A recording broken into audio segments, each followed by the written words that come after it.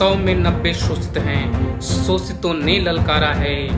धन धरती और राजपाट में 90 भाग हमारा है। क्या दोस्तों ये नारा याद है आपको? कितना जानते हैं इस नारे के बारे में हम लोग? किसने दिया यह नारा? दोस्तों कहा जाता है कि जो लोग अपने पुरखों को याद नहीं रखते वो हमेशा गुलामी के जंजीरों में जकड़े रहते हैं, वो कभी क्रांति नहीं कर सकते। दोस्तों वह इतिहास बहुजनों का अधूरा है जिसमें भारत के लेनिन, बहुजनों के लिए अपने छाती पर गोली खाने वाला, सत्ता के नशा में चूर तानाशाहों की नींद उड़ा देने वाला, ब्राह्मणवाद और मनुवाद की जड़ें हिलाने वाले प्रखर समाज सुधारक ज्योतिबा फूले, अंबेडकर, पेरियार और मानववादी रामस्वरूप वर्मा के जीवन को कार्य रूप देने वाले नायक की न हो। जी हाँ दोस्तों, हम लोग बात कर रहे हैं जगदेव बाबू कुशवाहा की। 21वीं सदी की पीढ़ी कितना कुछ जानती है जगदेव बाबू के बारे में, कितनी उनकी भूमिका रही राष्ट्र निर्माण में। तो दोस्तों स्वीकार कीजिए अभिवादन यूनिक स्टार का। बिहार की राजधानी पटना से 75 किलोमीटर दूर ब्लॉक कुर्था के एक छोटे से गांव कुराहारी में माता रासकली देवी और पिता प्रयाग नारायण कुशवाहा के यहाँ बेहद गरीब परिवार में जगदेव बाबू का जन्म हुआ। जगदेव बाबू कुशवाहा अपने 4 भाई बहनों में सबसे बड़े और दादा इंद्रजीत के बहुत ही दुलारे थे। दोस्तों जगदेव बाबू बचपन से ही जिद्दी, निडर, संघर्षशील और एक विद्रोही स्वभाव के बालक थे। उनकी बचपन की कुछ बातों को आप समझ लेंगे तो आपको पता लग जाएगा कि जगदेव बाबू मोटी मोटा किस स्वभाव के थे। बचपन में एक बार, जैसा कि गरीब अमूमन परिवार में होता है कि नया कपड़ा आने पर बच्चा जब पहन के बाहर निकलता है तो लोग उस पर टीका टिप्पणी करते हैं, वैसे ही जगदेव बाबू भी नया कपड़ा और नया जूता पहन के जब निकले तो सवर्ण जाति के कुछ लोगों ने उनके ऊपर टिप्पणी की और कुछ हंसी मजाक किया, जिससे जगदेव बाबू को गुस्सा आया और उनको मार पीट दिया और उनकी आंखों में धूल झोंक के घर चले आए। ये बात जब पिताजी के पास पहुंची और जब उनके घरों में पहुंची जिनसे इनकी लड़ाई हुई थी, तो उनके घरों वालों से इनको माफी भी मांगनी पड़ी इनके पिताजी को और जुर्माना भरना पड़ा। एक और वाकया का जिक्र करता चलूं दोस्तों आपको, इससे आपको ये अंदाजा लग जाएगा कि इनके आगे का जीवन कैसा रहा होगा।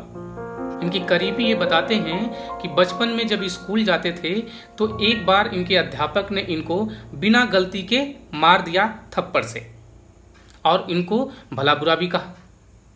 ये बात जगदेव बाबू को बुरा लगी और ये उदास रहने लगे। एक दिन क्लास में जब अध्यापक कुर्सी पे बैठ के खर्राटे लेने लगे, उसी वक्त जगदेव बाबू देखे कि ये तो खर्राटे ले रहे हैं, यहाँ पे जा करके ये भी एक थप्पड़ जड़ दिए। ये बात जब प्रधानाध्यापक तक पहुंची, उनसे शिकायत की गई जगदेव बाबू की, तो जगदेव बाबू ने निडरता के साथ कहा कि चाहे गलती किसी की भी हो, चाहे छात्र हो चाहे अध्यापक हो, उस सबको सजा एक जैसी होनी चाहिए। इन दोनों वाक्यों से दोस्तों आपको पता लग गया होगा कि जगदेव बाबू कितने जिद्दी और कितने निडर और कितने विद्रोही स्वभाव के थे। दोस्तों जगदेव बाबू कुशवाहा बचपन से ही पढ़ने के शौकीन थे और अपनी प्राथमिक पढ़ाई जो उन्होंने अपने गांव के बगल प्राथमिक पाठशाला कुर्था से की। मिडिल की परीक्षा पास करने के बाद ये चले आते हैं जहानाबाद और जहानाबाद बीटी कॉलेज से 1946 में मैट्रिक की परीक्षा पास की और उसी समय इनकी शादी सत्यरंजना देवी से कर दी जाती है जब हाई स्कूल में पढ़ रहे होते हैं। दोस्तों शादी के उपरांत मात्र 11 रुपया लेकर के आगे की पढ़ाई के लिए पटना चले आते हैं। घर की माली हालत बहुत खराब थी और पटना में गांधी मैदान में उदास बैठे हुए थे। उसी दौरान इनकी मुलाकात बीएम कॉलेज के माली से होती है। बातचीत के दौरान माली ने इनकी हालत को देखते हुए, इनकी इकोनॉमिक कंडीशन को देखते हुए इनकी एडमिशन बीएम कॉलेज में करा देते हैं और इनकी फीस भी आदि करवा देते हैं। और वहीं से दोस्तों स्नातक की परीक्षा पास करते हैं और वहीं के चपरासी क्वार्टर के बाहर दलान में रहकर इन्होंने अपनी पढ़ाई पूरी करते हैं और ट्यूशन पढ़ा करके अपने खर्चे निकालते हैं और पटना विश्वविद्यालय से परास्नातक यानी अर्थशास्त्र में पोस्ट ग्रेजुएट करते हैं। दोस्तों पढ़ाई के दौरान ही जगदेव बाबू की मुलाकात चंद्रदेव प्रसाद वर्मा से होती है, जो कि वहीं के हॉस्टल में रह रहे होते हैं। चंद्रदेव प्रसाद वर्मा जी उनको बरामदे से अपने छात्रावास रूम में ले जाते हैं और वहीं पे रहकर उनको पढ़ाई करने के लिए कहते हैं और वहीं पे रहकर जगदेव बाबू आगे की पढ़ाई पूरा करते हैं और वहीं पे उन्होंने जगदेव बाबू को अपने विचारकों को पढ़ने, समझने और उनको जानने के लिए उत्साहित करते हैं और वहीं पे रहते हुए दोस्तों अपनी पढ़ाई करते वक्त ही अपने विचारकों को पढ़ना, समझना, उनको जानना, ये सारे कार्य करते हैं जगदेव बाबू। और इन्हीं किताबों के प्यार का नतीजा होता है दोस्तों कि हमें आगे चल के भारत के लेनिन मिलते हैं। इसलिए कहा जाता है अगर मोहब्बत करनी है तो किताबों से करो, किसी से नफरत करने की जरूरत नहीं है। जो ताकत किताबों में है दोस्तों वो हथियारों में नहीं। इसीलिए आप किताबों से प्यार कीजिए, इन मस्जिद मंदिरों के झगड़े में कुछ नहीं रखा है।